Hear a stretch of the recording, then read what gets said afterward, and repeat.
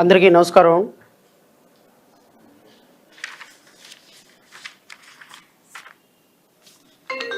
గత 2-3 రోజుల క్రితం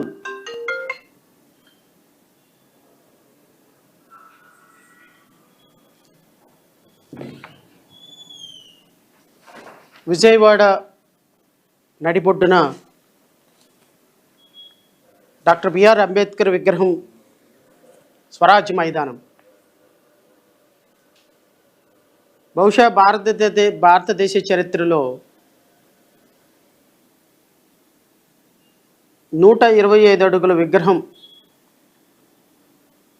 ప్రమారమి 400 కోట్లకు పైగా ఖర్చు పెట్టి ఈ దేశానికి రాజ్యాంగం అందించినటువంటి ఒక రాజ్యాంగ రూపకర్తగా, ప్రజాస్వామ్యవాదిగా, ప్రపంచ దేశాలకి ప్రజాస్వామ్యాన్ని రుచి చూపించినటువంటి ఒక మహోన్నతమైనటువంటి వ్యక్తిగా కీర్తించబడుతున్నటువంటి ఒకే ఒక మహనీయుడు డాక్టర్ బిఆర్ అంబేద్కర్. అయితే చాలామందికి ఈ మాట నచ్చదు. ఎందుకు నచ్చదు అంటే వాళ్ళకున్నటువంటి వాళ్ళ పర్సెప్షన్ని బట్టి ఆయన ఒక రాజ్యాంగ నిర్మాత, డ్రాఫ్టింగ్ కమిటీకి చైర్మన్ మాత్రమే. సో ఆయనకి 125 అడుగుల విగ్రహం ఏంటి, అది కూడా విజయవాడ నడిబొడ్డులో ఏంటి అని చాలామంది పాపం కన్నీళ్ళు లోపలే దిగమింగుకొని ఏడుపు వస్తున్నా ఆపుకొని సో కళ్ళబుల్లి మాటలతోటి కబుర్లు చెప్పటం గత 5 సంవత్సరాల్లో మనం చూసాం. అందులో ప్రముఖమైనటువంటి వ్యక్తి గౌరవనీయులైనటువంటి ముఖ్యమంత్రి చంద్రబాబు నాయుడు గారు, మరొక ప్రముఖమైనటువంటి వ్యక్తి వారి సుపుత్రులు నారా లోకేష్ గారు. ఎందుకంటే స్వరాజ్ మైదానం విజయవాడ నడిబొడ్డులో ఉంది. ఇది సింగపూర్ కంపెనీకో కన్సార్టియంకి ఇవ్వగలిగితే ఒక 1000 కోట్ల రూపాయలు సంచులు మన అకౌంట్లో పడతాయి. అనవసరంగా డాక్టర్ బిఆర్ అంబేద్కర్కి స్మృతివనానికి స్వరాజ్ మైదానం కేటాయిస్తే ఏమవుతుందో అని రూపాయి రాదేమోనని వాళ్ళ బాధ. సరే, ఏదేమైనప్పటికీ గత ప్రభుత్వం ఎంతో ప్రతిష్టాత్మకంగా, నేను ఆ జీవోలు అవన్నీ చదవాల్సిన అవసరం కూడా లేదు, ఎందుకంటే ఒక ప్రభుత్వం కమిట్మెంట్ తోటి ఒక విగ్రహం, ఒక మహనీయుడి విగ్రహం పెట్టాలి అని ఎంతో ఫైనాన్షియల్ కన్స్ట్రైన్స్ ఉన్నప్పటికీ కూడా, కరోనా లాంటి కొన్ని విపత్కర పరిస్థితులు వచ్చినప్పటికీ కూడా విజయవాడలో ఒక ప్రముఖమైనటువంటి ప్రాంతంలో విజయవాడ నడిబొడ్డులో ఒక విగ్రహం పెట్టాలి, ఈ దేశానికి స్వతంత్రం అందించినటువంటి ఒక మహనీయుడు, ఈ దేశానికి రాజ్యాంగం అందించినటువంటి ఒక మహనీయుడు స్మృతి ఈ రాష్ట్రంలో, ఈ దేశంలో ఉన్న ప్రతి ఒక్కళ్ళు తెలుసుకోవాలి అని చాలా అద్భుతంగా 125 అడుగుల విగ్రహాన్ని మాత్రమే కాకుండా ఆ స్మృతివనం అనేటువంటి ఒక ప్రదేశాన్ని కేటాయించి డిజిగ్నేట్ చేసి, ఆ ప్రదేశంలో ఆడిటోరియం దగ్గర నుంచి, లైబ్రరీ దగ్గర నుంచి, ఒక మూవీ థియేటర్ దగ్గర నుంచి, ఒక శిల్ప కళాఖండాలన్నీ కూడా చాలా ప్రామినెంట్ వ్యక్తుల చేత, అసలు సైమన్ కమిషన్ ఎప్పుడు వచ్చింది, రౌండ్ టేబుల్ సమావేశాలు ఎలాగైనాయి, స్వతంత్ర పోరాటంలో డాక్టర్ బిఆర్ అంబేద్కర్ యొక్క పాత్ర ఏంటి, సిమ్లా ఒప్పందం ఏంటి, అసలు డ్రాఫ్టింగ్ కమిటీ ఎలా ఏర్పడింది, రాజ్యాంగ పరిషత్ ఎలా ఏర్పడింది, ఇలా కొన్ని వందల చారిత్రాత్మకమైనటువంటి అంశాలతోటి అక్కడ శిల్పాలు చెక్కించి దాని చరిత్రని రాసి చాలా అద్భుతమైనటువంటి ప్రాంగణంగా తీర్చిదిద్దిన మాట వాస్తవం. అది గౌరవనీయులు మాజీ ముఖ్యమంత్రి జగన్మోహన్ రెడ్డి గారి అకుంఠిత దీక్షతోనే ఆ కార్యక్రమం సఫలీకృతమైందన్నమాట అయితే మాత్రం వాస్తవం. ఎందుకంటే ఉన్న వాస్తవం చెప్పాల్సిందే. 2020-21 నుంచి కరోనా విలయతాండవం చేసిన పరిస్థితుల్లో, రాష్ట్ర ప్రభుత్వాలు ఆర్థిక పరంగా ఇబ్బందులు పడుతున్నటువంటి పరిస్థితుల్లో, రాష్ట్ర ప్రభుత్వం ఎన్ని ఫైనాన్షియల్ కమిట్మెంట్స్ ఉన్నప్పటికీ కూడా డాక్టర్ బిఆర్ అంబేద్కర్ విగ్రహాన్ని, ఎందుకంటే 2014లో ఈ రాష్ట్రంలో అధికారంలో ఉన్నటువంటి Telugu Desam party,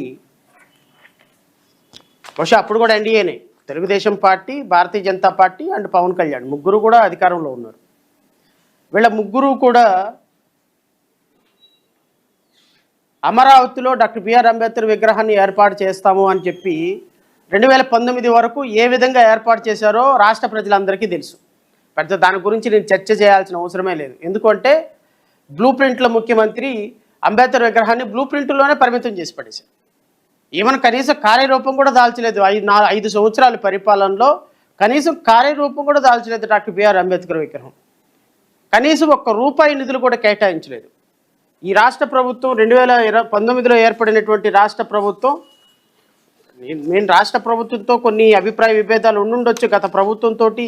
that does not mean that వాళ్ళు చేసినటువంటి మంచిని ప్రజలకు చెప్పకుండా ఉండలేం కదా. ఎందుకంటే doctor B R Ambedkar Swaraj Maidanam, install of doctor B R Bhimrao Ramji Ambedkar statue at Swaraj Maidan, dated 17/7/2020లో జీవో RT నెంబర్ 244 అని గత ప్రభుత్వం ఇంచుమించుగా 20 ఎకరాల్లో green landscape with facility developed common people for morning and evening walk. It is also decided that the area which is 125 feet statue Dr. B.R. Ambedkar will be installed. The concrete pedestal on the ground will be up to 30 into 30 mm approximately. ఇది ఒక్కటే కాదు, అంబేద్కర్ గారి విగ్రహంతో పాటుగా దీంట్లో ఏమేమైతే construction చేయాలో, ఏం చేయాలో కంప్లీట్గా ఒక జీవో రూపంలో ఇచ్చి దీనికి ఒక కమిటీని వేసి, ఆ కమిటీ ద్వారా రమారమి 400 కోట్ల రూపాయలు కేటాయించి ఈరోజు డాక్టర్ బిఆర్ అంబేద్కర్, ఎందుకంటే నేను రాష్ట్ర ప్రజలకు కూడా, విఘ్నులైనటువంటి ప్రజలకు కూడా చెప్తున్నా, డాక్టర్ బిఆర్ అంబేద్కర్ కేవలం ఒక కులానికి సంబంధించినటువంటి వ్యక్తికి మాత్రం కాదు. ఇది దయచేసి అందరూ గమనించాలని కోరుతున్నాను. డాక్టర్ బిఆర్ అంబేద్కర్ ఒక కులానికి, ఒక ప్రాంతానికి సంబంధించినటువంటి వ్యక్తి కాదు. ఎందుకు అంటే ఈరోజు రాష్ట్రంలో ఏదైనా జర్నలిస్టు, ఏ కులమైన జర్నలిస్ట్ అయినా అరెస్ట్ అవ్వగానే తక్కువ హైకోర్టుకి వెళ్ళిపోయి ఒక జర్నలిస్ట్ను అరెస్ట్ చేశాడనగానే 2 నిమిషాలు హైకోర్టు ఆర్డర్ ఇస్తుంది విడుదల చేయమని. కారణం ఏంటి? భావస్వేచ్ఛ. భావస్వేచ్ఛ ఎక్కడి నుంచి వచ్చింది? రాజ్యాంగంలో నుంచి వచ్చింది. చిలకలూరుపేటలో ఒక అమ్మాయి సోషల్ మీడియాలో వైసీపీ కార్యకర్త మీటింగ్ ఒక చిన్న పోస్ట్ పెట్టిందని ఆ అమ్మాయిని తీసుకొని వెళ్ళిపోయి అరెస్ట్ చేయించిన మరుక్షణంలో హైకోర్టు ఇమ్మీడియట్గా ఆమెను రిలీజ్ చేయమని ఆర్డర్ ఇచ్చింది. దేంట్లో వచ్చింది? భావస్వేచ్ఛ. ఈరోజు నేను మీతో మాట్లాడుతున్నా, ప్రభుత్వాన్ని విమర్శిస్తున్నా, ఎక్కడి నుంచి వచ్చింది? భావస్వేచ్ఛ. ఈరోజు చిన్నపిల్లల దగ్గర నుంచి, మహిళల దగ్గర నుంచి, రాజకీయ పార్టీల దగ్గర నుంచి, జర్నలిస్టుల దగ్గర నుంచి, డాక్టర్స్ దగ్గర నుంచి, లాయర్ల దగ్గర నుంచి, సమాజంలో అమరావతి రైతులు అద్భుతమైనటువంటి పోరాటం చేశారు. ఎక్కడి నుంచి వచ్చింది? రాజ్యాంగమే. ఈ దేశంలో మనిషి పుట్టిన దగ్గర నుంచి చచ్చిపోయేంత వరకు పరిరక్షించేది రాజ్యాంగం మాత్రమే. ఆ రాజ్యాంగం ప్రిన్సిపల్స్గా రాసినటువంటి వ్యక్తి డాక్టర్ బిఆర్ అంబేద్కర్. ఆయన డ్రాఫ్టింగ్ కమిటీగా ఎన్నో దేశాల యొక్క రాజ్యాంగాన్ని పరిశీలించి అసలు మన భారతదేశానికి ఏ విధంగా రాజ్యాంగం ఉండాలి, ఏ విధంగా ఉంటే మన భారతదేశంలో ఉన్నటువంటి 30 కోట్ల మంది ప్రజల యొక్క ఎమోషన్స్ కంట్రోల్ చేయబడతాయి, ఏ విధంగా హిందువుల మనోభావాలు, ఏ విధంగా ట్రైబల్స్ మనోభావాలు, ఏ విధంగా ముస్లిం మనోభావాలు, ఏ విధంగా క్రిస్టియన్స్ మనోభావాలు, ఏ విధంగా మహిళల మనోభావాలు, ఏ విధంగా చిన్నపిల్లల మనోభావాలు, ఏ విధంగా దళితుల మనోభావాలు పరిరక్షించబడాలి అని ప్రతి ఒక్క అంశాన్ని నిశితంగా పరిశీలించి ఎంతో సున్నితమైనటువంటి అంశాలని ఈరోజు రాజ్యాంగంలో పొందుపరచడానికి తన జీవితాన్ని త్యాగం చేసుకున్నటువంటి ఒక మహనీయుడు, అలాంటి మహనీయుడు ఒక కులానికి సంబంధించిన వ్యక్తి కానే కాదు, ఒక మతానికి సంబంధించినటువంటి వ్యక్తి కానే కాదు, ఒక ప్రాంతానికి సంబంధించినటువంటి వ్యక్తి కానే కాదు. ఈరోజు భారతదేశానికి ఒక సింబల్ ఆఫ్ నాలెడ్జ్గా ఉన్నటువంటి ఒక మహనీయుడు యొక్క 125 అడుగుల విగ్రహాన్ని పెట్టాలి, ఎంతో సాహసోపేతమైనటువంటి నిర్ణయం తీసుకొని, ఇంత ఫైనాన్షియల్ కన్స్టెన్స్ ఉన్నప్పటికీ కూడా గత ప్రభుత్వంలో అంబేద్కర్ విగ్రహాన్ని ఈరోజు ఆంధ్రప్రదేశ్ రాష్ట్రానికి ఒక తలమానికంగా ఏర్పాటు చేసినటువంటి గత ప్రభుత్వం చేసినటువంటి అంశాలను ఈరోజు ఈ కూటమి ప్రభుత్వం వచ్చిన 17 నెలల తర్వాత మీ ముందు మరలా మాట్లాడాలి, అలాంటి అంశాన్ని మీ ముందు ప్రజెంట్ చేయడానికి నాకు సిగ్గుగా అనిపిస్తుంది. ఎందుకంటే ఆర్టికల్ 17 ప్రకారం ఈ దేశంలో ఉన్నటువంటి 30 కోట్ల మంది, అప్పట్లో ఉన్నటువంటి 30 కోట్ల మంది, కనీసం రమారమి 7 కోట్ల మందిగా ఉన్నటువంటి దళితులు అన్టచబిలిటీ ఎదుర్కొంటున్నారు. అంటే వివక్ష. ఈ అన్టచబిలిటీని తీసేయాలి అంటే ఈ దేశంలో ఖచ్చితంగా ఒక ఆర్టికల్ ఉండాలి, ఒక ప్రాథమిక హక్కుగా ఉండాలి. అది అంటే వివక్షత ఎదుర్కొని అన్టచబిలిటీ అనేది ఇట్ ఈస్ అన్ అఫెన్స్గా దాన్ని రాజ్యాంగంలో పొందుపరచాలి అని ఆయన ఎంతో కష్టపడి ఒక ఆర్టికల్ని, అన్టచబిలిటీ అనే ఒక ఆర్టికల్ని రాజ్యాంగంలో ప్రవేశపెట్టాడు. దీని మీద కొంత చర్చ జరిగింది. అన్టచబిలిటీ ఏ ఫామ్లో ఉండాలి, ఎవరెవరు అన్టచబిలిటీ ఉండాలి అనే దాని మీద చాలా చర్చ జరిగింది. ఆ చర్చ జోలికి నేను పోను. ఎందుకంటే మొత్తానికి మన రాజ్యాంగంలో, భారతదేశం యొక్క రాజ్యాంగంలో కోట్లాది మంది ప్రజలు ఎదుర్కొంటున్నటువంటి అన్టచబిలిటీని, అంటే ఈ రోజున 140 కోట్ల మందిలో 40 కోట్ల మంది ఎదుర్కొంటున్నటువంటి అన్టచబిలిటీ, అప్పట్లో 7 కోట్ల మంది ఎదుర్కొన్న అన్టచబిలిటీని తీసివేయాలనేటువంటి ఒక ప్రయత్నంతో భారతదేశంలో రాజ్యాంగంలో అన్టచబిలిటీని పెట్టినటువంటి ఒక మహనీయుడు ఈరోజు కొన్ని కోట్ల మంది ఈ అన్టచబిలిటీకి దూరంగా సమాజంలో మేము బ్రన్సులమే అని బతకడానికి కారణమైనటువంటి వ్యక్తులుగా నేను అంటున్నా. అమరావతిలో రైతులు వాళ్ళు కూడా అన్టచబిలిటీ ఎదుర్కొన్నారు. ఎందుకంటే వాళ్ళ పొలాలు రాష్ట్ర ప్రభుత్వం తీసేసుకొని వాళ్ళని రోడ్డు మీదకి వచ్చినప్పుడు మీ రైతులని కాపాడింది రాజ్యాంగమే. నేను కొన్ని వందల సందర్భాల్లో అమరావతి పోరాటానికి వెళ్ళినప్పుడు అక్కడ డాక్టర్ బిఆర్ అంబేద్కర్ విగ్రహాన్ని, నిలువెత్తి విగ్రహాన్ని పెట్టి ఎవ్రీడే పాలాభిషేకం చేసేవాళ్ళు వాళ్ళు. సో ఈరోజు మర్చిపోయినారు అంబేద్కర్. అమరావతి ఈరోజు ఎప్పుడైతే కూటమి ప్రభుత్వం వచ్చిందో అక్కడ అంబేద్కర్ని తలుచుకునే వాళ్ళు లేరు. ఎందుకు అంటే వాళ్ళ పర్పస్ సర్వ్ అయిపోయింది, అంబేద్కర్ తోటి వాళ్ళ ఉద్దేశాలు అయిపోయినాయి కాబట్టి ఆయన గురించి మాట్లాడాల్సిన అవసరం లేదు.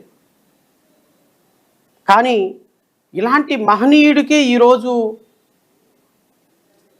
అన్టచబిలిటీ ఎదుర్కొంటున్నాడు అని చెప్పడానికి చాలా సిగ్గేస్తుంది నాకు. ఎస్ ఈ దేశంలో అన్టచబిలిటీని లేకుండా చేయాలని తన జీవితమంతా పోరాటం చేసిన ఒక మహనీయుడికి ఈరోజు వివక్ష. Can anyone believe this? ఎవరైనా నమ్మగలవా?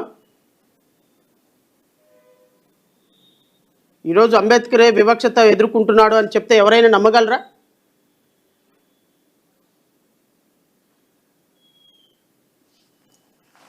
ఎంత దుర్మార్గంగా తయారైంది అంటే దేపాప్యమానంగా ఎలిగిపోయినటువంటి అంబేద్కర్ విగ్రహం, స్వరాజ్ మైదానం ఈరోజు అక్రమాలకి అడ్డాగా మిగిలిపోయింది అని ప్రకటించటానికి చాలా సిగ్గుపడుతుంది. నిజంగా ఒక అంబేద్కర్ వాదిగా, ఈ దేశంలో, ఈ రాష్ట్రంలో ఒక పౌరుడిగా, రాజ్యాంగాన్ని గౌరవించే ఒక వ్యక్తిగా, ఒక న్యాయవాదిగా, రాజకీయ పార్టీలు, న్యాయమూర్తులు అవన్నీ పక్కన పడేసేయండి, ఒక పౌరుడిగా ఈరోజు ఈ దేశానికి రాజ్యాంగం అందించినటువంటి ఒక మహనీయుడు ఉన్నటువంటి విగ్రహం ఉన్నటువంటి పరిస్థితిని, దేపాప్యమానంగా ఎలిగినటువంటి ఆ స్వరాజ్య మైదానం ఈరోజు అక్రమాలకు అడ్డాగా, అసాంఘిక శక్తులకు అడ్డాగా, ప్రేమికులకి లవర్స్ పార్క్గా, ఒక చీకటి ప్రదేశంలో బంధించబడ్డ ఒక దుర్మార్గమైనటువంటి ప్రదేశంగా మారిపోయిందని చెప్పటానికి సిగ్గుపడుతున్నాను నేను. అది కూడా విజయవాడ నడిబొడ్డులో. దీనికి కారణం ఈ విగ్రహాన్ని గత ప్రభుత్వం నెలకొల్పింది కాబట్టి దీన్ని ఏ విధంగానూ డెవలప్ చేయకూడదు అనేటువంటి ఒక చంద్రబాబు నాయుడు కూటమి ప్రభుత్వం యొక్క సాడిస్టిక్ బిహేవియర్.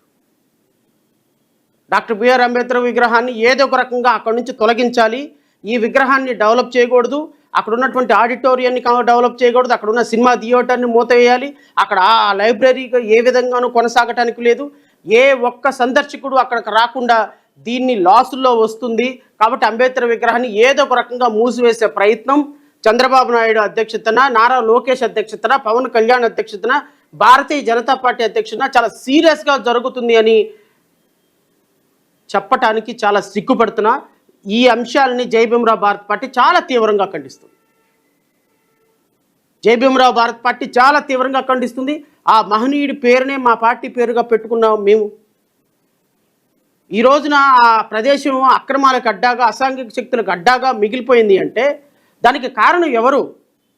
400 కోట్లకు పైబడి రూపాయలతోటి ఖర్చు పెట్టి ఈరోజు విగ్రహాన్ని చాలా ప్రతిష్టాత్మకంగా ప్రతిష్ఠిస్తే ఈరోజు కూటమి ప్రభుత్వం కనీసం లైట్లు కూడా నోచుకొని ఏసీ అక్కడికి వచ్చేటువంటి వ్యక్తులకి కనీసం మంచినీళ్ళ ఫెసిలిటీ కూడా ఇవ్వలేని ఒక దుర్మార్గమైన పరిస్థితుల్లో ఆ ప్రదేశాన్ని మార్చేస్తే చెత్త చెదారం, చెత్త కుప్పలతోటి, పెంట కుప్పలతోటి పాచి, మొత్తం ఫౌంటైన్లు మొత్తం పాచి ఆ ప్రదేశం అంతా దుర్గంధం, ఆ ప్రదేశం నిండా చెత్త చెదారం దుర్గంధం, ఇంకా చెప్పటానికి నా నోటి మాటలు రాని విధంగా ఆ విగ్రహం ఈరోజు శిథిలావస్థకు చేరుకుంటే కూటమి నాయకుల కళ్ళు కనిపించటం లేదా?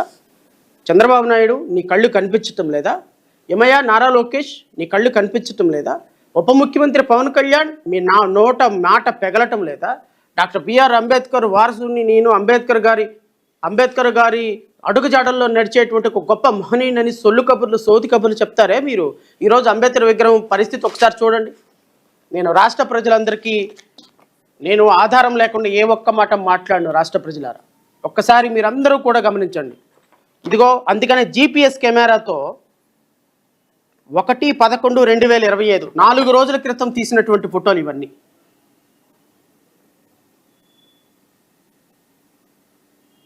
నాలుగు రోజుల క్రితం తీసిన ఫోటోలు మేమందరం వెళ్ళి సందర్శించినప్పుడు ఈ ఫోటోల యొక్క పరిస్థితి చూడండి, ఎంత దుర్గంధం. ఇదంతా ఫౌంటైన్లో మొత్తం పాచి పేరుకుపోయింది. చూడండి, ఫౌంటైన్లో మొత్తం పాచి పేరుకుపోయి గత 10 నెలలుగా కనీసం చీపురు పట్టి ఈ విగ్రహం పరిసర ప్రాంతాలని పరిశుభ్రం చేసినటువంటి పరిస్థితి లేదు 10 నెలలుగా. నేను అందుకని శాటిలైట్ ఫోటోలతోనే మాట్లాడుతున్నా. నేనేమి మ్యానిపులేటెడ్ ఫోటోలు కాదు, ఇవన్నీ శాటిలైట్ నుంచి తీసినటువంటి ఫొటోస్. శాటిలైట్ ఫోటోలతో మాట్లాడుతున్నా. గత 10 నెలల నుంచి ఈ ప్రదేశం ఈ విధంగా అబాండ్ చేయబడి ఇది డాక్టర్ బిఆర్ అంబేద్కర్ విగ్రహం పక్కనే ఉన్నటువంటి ప్రదేశం. ఇది కాకి రెట్టలతోటి దుర్గంధం, అక్కడ 5 నిమిషాలు కూడా నుంచోలేని పరిస్థితి. ఏం చేస్తున్నాం అంబేద్కర్ వాదులుగా మనందరం?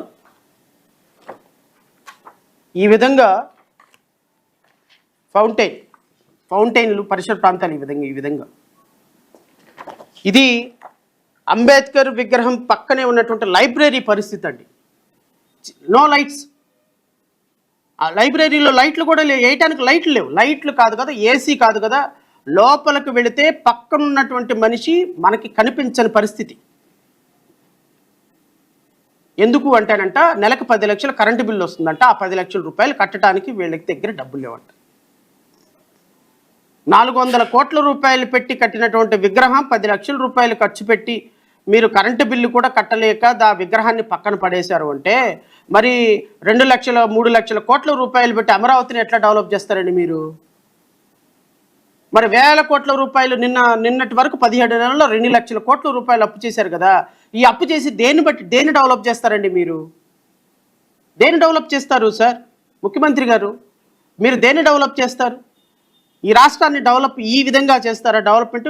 అరే ఈ దేశంలో మీరు ముఖ్యమంత్రి అయినా, మీ కొడుకు మంత్రి అయినా, మీ తమ్ముడు ఉప ముఖ్యమంత్రి అయినా మీరందరూ ఎవరి మీద ప్రమాణం చేశారు సార్? రాజ్యాంగం మీద ప్రమాణం చేశారు సార్. రాజ్యాంగం మీద ప్రమాణం చేసి, ఆ మహనీయుడు రాసిన రాజ్యాంగం మీద ప్రమాణం చేసి మీరు మంత్రులు అయ్యారు. రాజ్యాంగం ఈరోజు Z+ కేటగిరీలో తిరుగుతున్నారు, మీ అందరూ స్పెషల్ ఫ్లైట్లో తిరుగుతున్నారు. అలాంటి వ్యక్తికి ఇవ్వాల్సినటువంటి గౌరవం ఇదేనా అని అడుగుతున్నాను. ఇది కరెక్ట్గా అంబేద్కర్ విగ్రహానికి ఎంట్రన్స్లో ఉన్నటువంటి పరిస్థితి అండి. ఇది డాక్టర్ బిఆర్ అంబేద్కర్ విగ్రహానికి ఎంట్రన్స్లో ఉన్నటువంటి పరిస్థితి.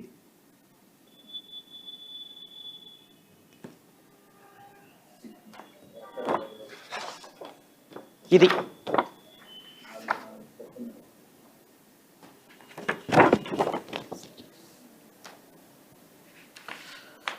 ఈరోజు మేము వెళ్ళొచ్చేసిన తర్వాత ఒక 10 నెలల నుంచి జీతాలు ఇవ్వాల్సినటువంటి కార్మికులకు ఒక 5 నెలలో 6 నెలలో జీతాలు ఇచ్చారు. పైన కార్యక్రమం తుడిపించే కార్యక్రమం చేస్తున్నారు. అంటే దీన్ని రాష్ట్ర వ్యాప్త ఉద్యమం చేస్తాము. జడా శ్రావణ్ కుమార్ వచ్చాడు, వాడు ఏదో ఒకటి మాట్లాడతాడు, ఇంకా దీని మీద ఖచ్చితంగా కార్యాచరణ ప్రణాళిక ప్రకటిస్తాడు. కాబట్టి తూతూ మంత్రంగా వాళ్ళకి కొన్ని జీతాలు ఇచ్చేసి పిలిచి, నేను అడుగుతున్న రాష్ట్రంలో ఉన్నటువంటి అంబేద్కర్ వాదులందరిని అడుగుతున్నా, ఈ విధంగా మన అంబేద్కర్ గారి విగ్రహం, ఈ దేశానికి రాజ్యాంగం రాసినటువంటి మహనీయుడి విగ్రహం ఇంత దుర్మార్గమైన పరిస్థితుల్లో ఉంటే, ఇంత అధ్వానమైన పరిస్థితుల్లో ఉంటే, అంటే ఒక వ్యక్తితో ఇంకో వ్యక్తిని పోల్చడం అని కాదు.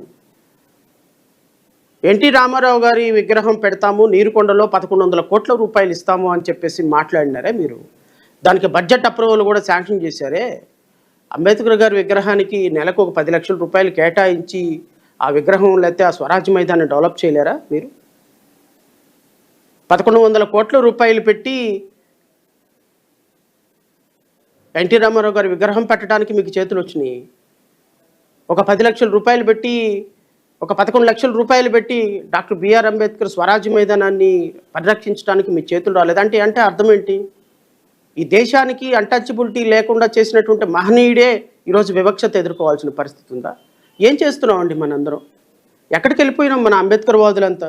నేను ఈ రాష్ట్రంలో ఉన్నటువంటి ప్రతి అంబేద్కర్ వాదిని, ప్రతి మహిళని, ప్రతి విద్యార్థిని, ప్రతి రాజకీయ పార్టీని, ప్రతి విద్యార్థి యువజన సంఘాలని, ప్రతి రైతుని, ప్రతి ప్రజాస్వామ్యవాదిని, కులాలకి, మతాలకి, ప్రాంతాలకి అతీతంగా ఈ స్వరాజ్య మైదానం ప్రొటెక్షన్ చేయాల్సినటువంటి బాధ్యత మన మీద ఉంది అని గమనించి ఈ ఉద్యమంలో భాగస్వాములు కావాలని కోరుతున్నాను. ఎస్, ఈరోజు కూటమి ప్రభుత్వం అధికారంలోకి వచ్చిన 17 నెలల నుంచి పర్పస్ఫుల్గా, కావాలని, ఇంటెన్షనల్గా ఇది గత ప్రభుత్వంలో జగన్మోహన్ రెడ్డి పెట్టాడు. గత ప్రభుత్వంలో పెట్టినటువంటి విగ్రహానికి ఈరోజు మనం కన్నా డెవలప్ చేశాము అంటే ప్రతి నిత్యం జగన్మోహన్ రెడ్డి పేరే వినపడుతుంది అని రావటంతోనే అంబేద్కర్ విగ్రహం మీద దాడి చేసి జగన్మోహన్ రెడ్డి పేరు తీసేశారు. అది కరెక్టేనా?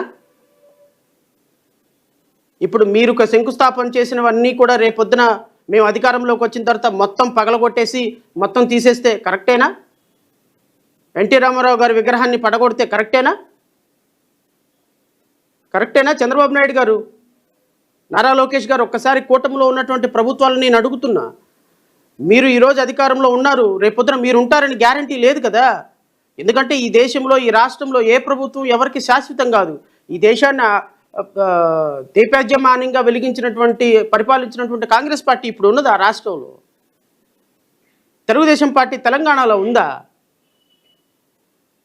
ఏ పార్టీ ఏ రాష్ట్రానికి శాశ్వతం కాదు. ముఖ్యమంత్రి చంద్రబాబు నాయుడు గారు, మీరు ఈ దేశంలో శాశ్వతమైనటువంటి ముఖ్యమంత్రి కాదు. తరాలు మారుతాయి, తలరాతలు మారుతాయి, పార్టీలు మారుతాయి, ప్రాంతాలు మారుతాయి, అధికారం మారుతుంది. అధికారం మారినప్పుడు చేసిన తప్పులు వెంటాడుతాయి. ముఖ్యమంత్రి గారు గుర్తుపెట్టుకోండి. ఈరోజు మీ దగ్గర అధికారం ఉంది కదా అని చేసిన పాపాలు వెంటాడటం లేదా? ఇప్పుడు నేను చాలా నేను కరెక్ట్గా అదే రోజు చెప్పిన. ఈ సందర్భంగా నేను మళ్ళీ రాష్ట్ర ప్రజలకు గుర్తు చేస్తున్నా, తిరుమల తిరుపతి వెంకటేశ్వర స్వామి పవిత్ర ప్రసాదం మీద నువ్వు, పవన్ కళ్యాణ్, నారా లోకేష్ చేసినటువంటి అసత్య ప్రచారమే. పవిత్ర ప్రసాదంలో లడ్డు పందికొవ్వు కలిసింది అని మీరు రాజకీయ ప్రయోజనాలతోటి జగన్మోహన్ రెడ్డి గత ప్రభుత్వాన్ని టార్గెట్ చేయాలనేటువంటి అంశాలతో మీరు దాన్ని అపవిత్రం జరిగింది అని చెప్పేసి కల్తీ జరిగింది అని ఆవుశేషాలు కలిసినాయి జంతు కొవ్వు కలిసిందని చెప్పినటువంటి అబద్ధాలు మీ ప్రభుత్వాన్ని దహిస్తాయని ఆ రోజు నేను చెప్పింది జరిగి తీరుతుంది, చూస్తూ ఉండండి. తిరుమల తిరుపతి దేవస్థానంలో చనిపోవటం ఏ రోజైనా జరిగిందా? సింహాచలంలో చనిపోవటం ఏ రోజైనా జరిగిందా? నిన్న కాశీబొగ్గులో జరిగిన ప్రమాదం ఏ రోజైనా జరిగిందా?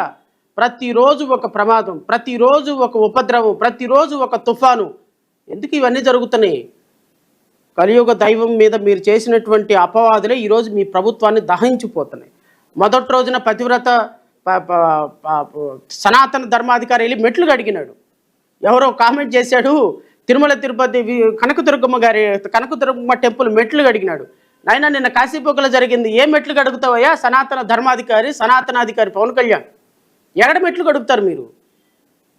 మతాన్ని మతంలాగా చూడండి, ప్రాంతాన్ని ప్రాంతంలాగా చూడండి, ధర్మాన్ని ధర్మంలాగా చూడండి. అంతేగాని ప్రతి మతాన్ని తీసుకొచ్చి రాజకీయంలో పెట్టి, ధర్మాన్ని తీసుకొచ్చి రాజకీయంలో పెట్టి, నువ్వు ఓట్ల కోసం సీట్ల కోసం చేసే డ్రామాల్లో దేవుణ్ణి కూడా లాగితే రాష్ట్ర ప్రభుత్వం ఇలాగే ఉంటుంది. కాబట్టి ప్రతిదాన్ని మీరు రాజకీయంతో చూడొద్దు సార్. నేను మిమ్మల్ని రిక్వెస్ట్ చేస్తున్నా, డాక్టర్ బిఆర్ అంబేద్కర్ గారి విగ్రహం స్వరాజ్ మైదానాన్ని పరిరక్షించకుండా ఈరోజు చేస్తున్నటువంటి దుర్మార్గకరమైనటువంటి పనుల వల్ల రాష్ట్రంలో ఖచ్చితంగా ఒక అనిశ్చితమైన పరిస్థితి ఏర్పడుతుంది. ఈరోజు అసాంఘిక కార్యక్రమాలకు అడ్డాగా మిగిలిపోయింది. జ్ఞానాన్ని ఈ దేశానికి అందించినటువంటి మహనీయుడు యొక్క ఒక స్వరాజ్ మైదానం ఈరోజు లవర్స్ పార్క్గా తయారైపోయి ఎవడొస్తున్నాడో ఏం చేస్తున్నాడో మందు బాటిల్స్ అక్కడే కనపడుతున్నాయి, పిచ్చి పిచ్చి చెప్పకూడని అంశాలు కూడా అక్కడ కనపడుతున్నప్పుడు గుండె తరుక్కుపోతుంది. ఖచ్చితంగా పరిరక్షించాలి. పరిరక్షించకపోతే స్వరాజ్ మైదానం మూసివేసే కార్యక్రమం చంద్రబాబు నాయుడు అధ్యక్షతన, నారా లోకేష్ అధ్యక్షతన, పవన్ కళ్యాణ్ అధ్యక్షతన జరుగుతుంది అన్నటువంటి ప్రాథమిక సమాచారం మాకున్నది. ఖచ్చితంగా ఇదిగో 16 నెలల నుంచి, అంటే నేను ఎలిగేషన్ చేస్తున్నానని కాదండి, 16 నెలల నుంచి కనీసం ₹1 కూడా స్వరాజ్య మైదానానికి బాబాసాహెబ్ అంబేద్కర్ విగ్రహాన్ని మెయింటెనెన్స్కి ఖర్చుకు పెట్టకపోతే రాష్ట్ర ప్రభుత్వ ఉద్దేశాన్ని ఏమనాలి ఒకసారి ఆలోచన చేయండి. ఇదా 400 కోట్ల రూపాయలు ఖర్చు పెట్టి 400 కోట్ల రూపాయలు ఖర్చు పెట్టి ఒక బాబాసాహెబ్ అంబేద్కర్ విగ్రహాన్ని ఈ విధంగా అబాండ్ చేయటానికి రాష్ట్ర ప్రభుత్వానికి ఎన్ని గుండెలండి, ఎంత సాహసం చేయాలి? అసలు రాష్ట్ర ప్రభుత్వం అంబేద్కర్ విగ్రహాన్ని ఈ విధంగా అసాంఘిక కార్యక్రమాలకి అడ్డాగా చేసేటువంటి సాహసం చేసింది అంటే ఎస్సీ ఎస్టీలు అంటే ఎంత చులకన భావం, ప్రజాస్వామ్యవాదులు అంటే ఎంత చులకన భావం. దీన్ని వదిలిపెట్టడానికి వీల్లేదు. అందుకనే నేను రాష్ట్రంలో ఉన్నటువంటి ప్రతి పొలిటికల్ పార్టీని, ముఖ్యంగా నేను వైఎస్ఆర్ కాంగ్రెస్ పార్టీని కూడా కోరుతున్నా, మీరు గత ప్రభుత్వంలో డాక్టర్ బిఆర్ అంబేద్కర్ విగ్రహాన్ని పెట్టడానికి తీసుకున్నటువంటి ఇనిషియేషన్, దాన్ని ప్రొటెక్ట్ చేయడానికి కూడా తీసుకోవాల్సిన సమయం ఆసన్నమైంది అని అయితే నేను జగన్మోహన్ రెడ్డి గారిని వ్యక్తిగతంగా కోరుతున్నా. వారి పార్టీ అభిమానులను కూడా కోరుతున్నా. ఆ పార్టీలో ఉన్నటువంటి ఎస్సీ ఎస్టీ బీసీ మైనారిటీ ప్రతి ఒక్క ప్రజాస్వామ్యవాదిని కోరుతున్నా, ఈ ప్రొటెక్షన్ చేయాల్సిన బాధ్యత ఉంది. విగ్రహాన్ని, స్వరాజ్య మైదానాన్ని ప్రొటెక్షన్ చేయాల్సిన బాధ్యత ఉన్నది. నిన్న నేను అంటే అక్కడికి వెళ్ళి చూస్తున్నప్పుడు అసలు ప్రతి ఒక్క అణువు విజ్ఞానాన్ని పెంపొందించే విధంగా మనతో మాట్లాడుతున్నాయి ఆ ఫోటోలు. Really the photo, the situation over there is really enlightening every aspect. It is nothing but a monument. అక్కడ ప్రతి ఫోటో మనతో మాట్లాడుతుంది, ప్రతి ఫోటో ఒక హిస్టారికల్ ఈవెంట్ అని తెలియజేస్తుంది. 1వ తరగతి 2వ తరగతి 3వ తరగతి 5వ తరగతి పిల్లలు నిజంగా అక్కడికి గనక ఎగ్జిబిషన్కి వస్తే ఆ పిల్లలు ఈ ఫోటో చూసి కాన్స్టిట్యూషన్ ఇట్లా తయారైందా, దీనికి డ్రాఫ్టింగ్ కమిటీ చైర్మన్ వీరా, సైమన్ కమిషన్ వీళ్ళ, ఇప్పుడు రాష్ట్రపతి ఇదిగో ఈ విధంగా అపాయింట్ అవుతాడా, గవర్నర్ ఈ విధంగా అపాయింట్ అవుతాడా, ఇదిగో అంబేద్కర్ గారు ఈ విధంగా 1937 యాక్ట్ ఇలా తయారు చేశారా, ఇదిగో ఈ విధంగా రౌండ్ టేబుల్ సమావేశం జరిగింది, ఈ విధంగా సిమ్లా ఒప్పందం జరిగింది, ఈ విధంగా ప్రతి ఒక్క ఫోటో చిన్నతనం నుంచి, అంటే ఒక జ్ఞానం పెంపొందించుకోవాలి అంటే ఒక వ్యక్తి ఎలా పరిస్థితులతో ఫైట్ చేయాలి, మన మన స్టూడెంట్స్, తోటి స్టూడెంట్స్, మన టీచర్లు మనం చదువుకోవట్లేదు, లేకపోతే మనల్ని చిన్న కులంలో వాళ్ళం, తక్కువ కులం వాళ్ళని ఎగతాళి చేసినప్పుడు దాన్ని ఇన్స్పిరేషన్గా తీసుకుని ఎలా గొప్పవాళ్ళు అవ్వాలని చెప్పే ప్రతి ఫోటో అక్కడ మనతో మాట్లాడుతుంది. ప్రతి ఫోటో అక్కడ ఒక చిన్న పిల్లోడితో మాట్లాడుతుంది. జూకి తీసుకెళ్తాం, ఇదిగో ఇది ఆ పక్షి, ఇది ఈ పక్షి. దానివల్ల పిల్లలకి ఒక జ్ఞాన సంపద పెరుగుతుంది. స్వరాజ్య మైదానంలో అణువు జ్ఞానాన్ని పెంపొందించేటువంటి ఒక సామ్రాజ్యం. అలాంటి వ్యవస్థని ప్రేమికులకు అడ్డాగా, మందు తాగే వాళ్ళకి అడ్డాగా, అసాంఘిక శక్తులకు అడ్డాగా మార్చినటువంటి కూటమి ప్రభుత్వం మీకు జోహార్. ఎస్, నేను రాష్ట్రంలో ఉన్నటువంటి ప్రతి ప్రజాస్వామ్యవాదిని, రాజకీయవాదులను అడుగుతున్నా. నేను జగన్మోహన్ రెడ్డి గారిని కూడా, సార్, ఏ స్ఫూర్తితో అయితే అంబేద్కర్ విగ్రహం స్వరాజ్య మైదానం పెట్టామో ఆ స్ఫూర్తి కొనసాగాలి సార్. కొనసాగాలి అంటే ఈ రాష్ట్ర ప్రభుత్వం మీద పోరాటం తప్ప ఇంకొకటి మార్గం కనిపించటం. తప్పనిసరి పరిస్థితుల్లో అన్ని వర్గాలను సంప్రదించి, అన్ని ప్రజా సంఘాలను సంప్రదించి అత్యవసరంగా ఈరోజు ప్రెస్ మీట్ ఏర్పాటు చేయవలసినటువంటి కారణం ఏంటి అంటే, నవంబర్ 26వ తారీఖున రాజ్యాంగ ఆమోదం పొందినటువంటి రోజున చలో స్వరాజ్ మైదానానికి పిలుపునివ్వటం జరిగింది.